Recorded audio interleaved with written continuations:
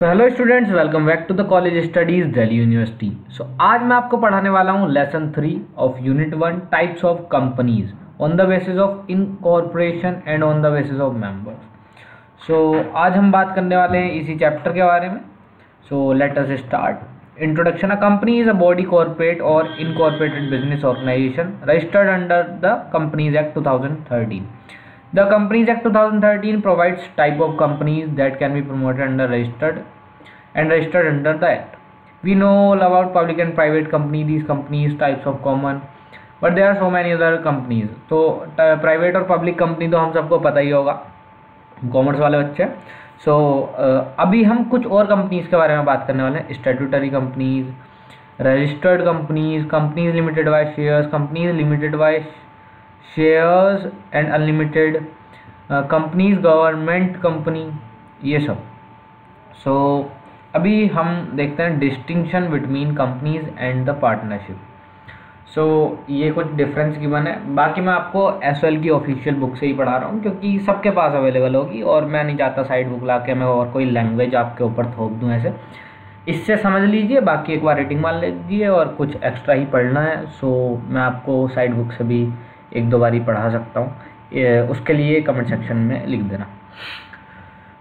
Basis mode of creation, जो company बनती है बाय रजिस्ट्रेशन एंड स्टैच्यू, और पार्टनरशिप एग्रीमेंट होगा, मतलब पार्टनरशिप में एग्रीमेंट किया जाएगा। Legal statute, legal entity distinct from members, perpetual succession and common seal. Company में लीगल एंटिटी होगी, डिस्टिंक्ट फ्रॉम द मेंबर्स अलग, परपेचुअल सक्सेशन होगा और मतलब आगे चलती रहे, और कॉमन सील होगी। बट पार्टनरशिप में ऐसा नहीं होगा, फर्म होगी और उसके पार्टनर्स होंगे। लाइबिलिटी क्या रहेगी कंपनी में? लिमिटेड लाइबिलिटी होगी मेंबर्स की। वैसे हम कंपनी इसीलिए बनाते हैं ताकि लाइबिलिटी लिमिटेड हो, बट पार्टनरशिप में लाइबिलिटी अनलिमिटेड हो जाती है। Unlimited joint and several liability of partners. Authority, divorce between ownership and management, representative management. और इसमें क्या अथॉरिटी होती है? Right to share management, common ownership and management, mutual agency implied authority. Fifth is transfer of share, तो public को freely transferable and transferee gets all the rights of transfer. जो transferee हो मतलब जो ट्रांसफ़र कर रहा है और जो इसको ट्रांसफ़र हो रहे हैं उसके सारे राइट प्रोवाइडेड होंगे और ईजिली शेयर ट्रांसफ़र हो सकते हैं। Ordinarily no right of transfer of share by partner, मतलब एक पार्टनर दूसरे पार्टनर को या फिर किसी और कंपनी को ऐसे शेयर ट्रांसफ़र नहीं कर सकता अपने। Now 6 number of members. Private company में मिनिमम मेंबर होंगे 2, मैक्सिमम होंगे 200। पब्लिक कंपनी में मिनिमम मेंबर चाहिए 7 और मैक्सिमम तो अनलिमिटेड, कितने भी रख लो। और पार्टनरशिप वगैरह में देखो मिनिमम 2 तो होने चाहिए तभी पार्टनरशिप होगा। अगर तुम्हारे साथ भी कोई ज़िंदगी में पार्टनर है तो 2 ही होंगे, और मैक्सिमम 100 रख सकते हो। 7th is resources, large and unlimited resources specially in the case of public companies as funds can be raise from the public. Resources ज़्यादा होंगी क्योंकि पैसा ज़्यादा आ रहा है, फंड ज़्यादा आ रहा है पब्लिक से। लिमिटेड रिसोर्सेज होंगी पार्टनरशिप में, depend on the partners and personal resource, वो उनके खुद की पर्सनल यूज़ की रिसोर्सेज या फिर उनके पार्टनर्स पर डिपेंड करता है। Legal formalities, statutory books have to be maintain, और audit of accounts is compulsory, accounts audit होने चाहिए, मतलब कि चेकआउट, एक reality check. Documents are required, information to be filled, publication of accounts required, accounts public होने चाहिए। Lots of legal formalities होंगी, but यहाँ ऐसा कुछ नहीं है। No legal formalities, registration is not compulsory, audit is not compulsory, just इसका opposite. 9th code of conduct of affairs. Affairs of company are conducted as per the companies act. A company has to operate within the objects laid down by the memorandum of association. Memorandum of association क्या हो गया? Common rule, regulations, और ये सारी जो चीज़ें होती हैं वो मेमोरेंडम हो गया एसोसिएशंस का, जिसमें सारी चीज़ें उसके ऑब्जेक्टिव्स, ये वो सारी चीज़ें, गोल्स, फ्यूचर गोल्स, ये सब लिखे हुए होंगे और उसके अंदर ही काम रह के कंपनी काम करे।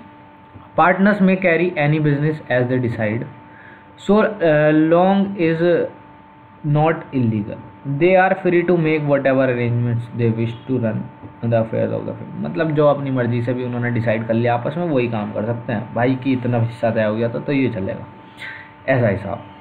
Then come to the 10th, general powers. Memorandum defines and confines the scope of company. Memorandum, जैसे मैंने अभी आपको बताया कि मेमोरेंडम ही बताएगा आपको क्या करना है, defines the and confines the scope of the company. Then the easy partnership में ऐसा होगा, easy to change the agreement, agreement change कर सकते हैं भाई कभी भी। And so also the powers of the partners, partners की पावर्स भी चेंज की जा सकती है। मान लो एक ज़्यादा सुपीरियर है उनमें तो वो पावर्स चेंज हो जाएंगी। डिसोल्यूशन मतलब कि ख़त्म कैसे होगा, may be dissolve only according to the provision of law, according to law ही कंपनी डिसॉल्व हो सकती है। Usually by an order of the court, court के ऑर्डर से। Death of the members does not dissolve the company, मतलब ये नहीं है कि अगर मेंबर्स की डेथ हो गई तो कंपनी डिसॉल्व हो जाएगी। कंपनी की अपनी सेपरेट लीगल एंटिटी है, सो वो डिसॉल्व नहीं होगी, वो तो चलती रहेगी, बाकी और लोग हैंडल कर लेंगे। अगर कोई नहीं है then the if court is allowed to dissolve it, so तब डिसॉल्व होगी। Then the dissolution by agreement, by notice और by court, death of partner dissolve the partnership. लेकिन इसका ऐसा नहीं है, पार्टनर मर गया, दोनों ही मर गए तो कंपनी डिसॉल्व होगी, मतलब पार्टनरशिप डिसॉल्व होगी। जब पार्टनर ही नहीं रहा, एक भी नहीं रहा तो डिसॉल्व होगी। और classification of companies on the basis of mode of incorporation, chartered company, registered company और स्टैट्यूटरी कंपनी इसका पार्ट होती है, पढ़ लेते हैं एक बार इसको। According to the mode of incorporation, companies में भी classified into 3 category, registered company, statutory company और चार्टर्ड कंपनीज। रजिस्टर्ड कंपनीज क्या होती हैं पहले ये देख लेते हैं। तो companies registered under the companies act are known as registered companies, मतलब 2013 के एक्ट के अंदर वो रजिस्टर्ड हो गई तो वो रजिस्टर्ड कंपनीज हैं। It is officially set up by registered with the registrar of companies, companies का रजिस्ट्रार इसको रजिस्टर करेगा and get certificate of incorporation issued by ROC X Google India private limited. Example, registered companies further divided into 3 parts, companies limited by shares, companies limited by guarantee और unlimited companies. Companies limited by shares का क्या मतलब है यहाँ पे देख लेते हैं। सेक्शंस वगैरह देखना चाहोगे तो आप एक बार याद कर लेना, नहीं तो इतना कोई खास नीड नहीं है, बट गलत मत लिखना एग्जाम में, याद नहीं है छोड़ दो। Indian companies act 2013 defines companies limited by share as a company having the liability of its member limited by the memorandum of association to the amount unpaid on the shares held by them। Companies limited by shares का मतलब ये है, तुमने कोई share खरीदे, अब आपने shares खरीद लिए, देन आपके शेयर्स अलॉट, मतलब एक शेयर अलॉट हो रहा है 10 रुपये में, आपने एप्लीकेशन के टाइम पे फ़ी पे कर दी 7 रुपये और 3 रुपये आपको बाद में देने हैं, लेकिन शेयर अलॉट हो गए और फिर भी अनपेड अमाउंट ऑफ शेयर 3 है। सो आप वो अनपेड अमाउंट जो है वो लेटर ऑन पे कर सकते हैं जब आपसे कंपनी मांगेगी। तो लिमिटेड बाय शेयर हो गया है कि आप शेयर्स के ऊपर लिमिटेड है, नहीं तो वो शेयर्स भी आपके वापस ले लिए जाएंगे और पैसे भी नहीं मिलेंगे। सो इसका मतलब ओवरऑल यही है, जैसे 8 रुपये 12 रुपये के शेयर है, ये सारे एग्जाम्पल्स दिए हुए हैं, एक बार ही देख लेना, मैंने आपको बहुत शॉर्ट में बता दिया।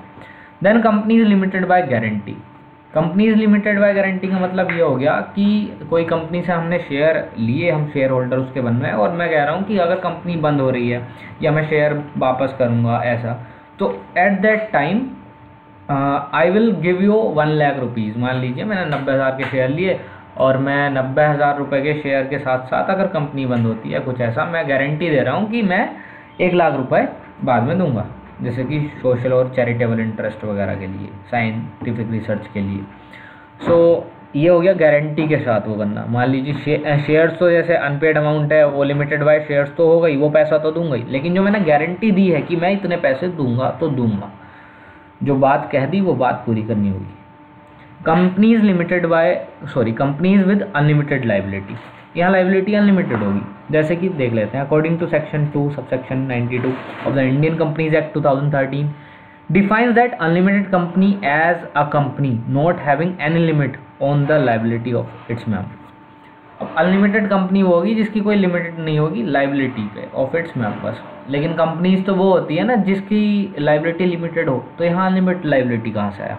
इन case of unlimited company every member is liable for the debt of the company to an unlimited extent. अब यहाँ एक एक्सेप्शन आ जाती है, जैसे कि फिजिक्स केमिस्ट्री में भी केमिस्ट्री में ज़्यादा आती है, तो यहाँ कॉमर्स में भी एक्सेप्शंस का खेल है। सो ऐसा कुछ। सो इसमें एक एक्सेप्शन ये भी है कि जहाँ लाइबिलिटी अनलिमिटेड हो रही है, लिमिटेड होगी तो कंपनी अनलिमिटेड हो रही है, और ये कॉर्पोरेट वेल वगैरह का भी है ना, तो इस जगह कॉर्पोरेट वेल लिफ्ट अप होता है। आपको अगर तुमने पहली वीडियो देखी होंगी, प्लेलिस्ट बना रखी है, पूरी प्लेलिस्ट चेक कर लेना एक बारी जाके चैनल पे, और नए हो तो चैनल सब्सक्राइब कर देना। It may be a public company और a private company, it must have its own article of association. अब देखो मेमोरेंडम ऑफ एसोसिएशन तो होगा, लेकिन आर्टिकल ऑफ एसोसिएशन इसका खुद का होना चाहिए, जिसमें कि ऐसा हम कर सकते हैं, उसमें साफ साफ लिखा होना चाहिए, प्रोविज़न होना चाहिए कोई कि भाई ऐसा है, अनलिमिटेड होगी लाइबिलिटी, अगर आप आ रहे हो शेयर होल्डर बनना हो देन लाइबिलिटी अनलिमिटेड हो जाएगी मेंबर्स की। Then the statutory companies and the chartered companies, ये मैं सोच रहा हूँ कल पढ़ लेते हैं, वीडियो लंबी हो गई होगी, आपका दिमाग भी सड़ जाएगा। सो थैंक्स फॉर वॉचिंग, आज की वीडियो में इतना ही। नए हो तो चैनल सब्सक्राइब कर देना, हिट दैट लाइक बटन और शेयर कर दो दोस्तों के साथ। बाकी थैंक्स फॉर वॉचिंग।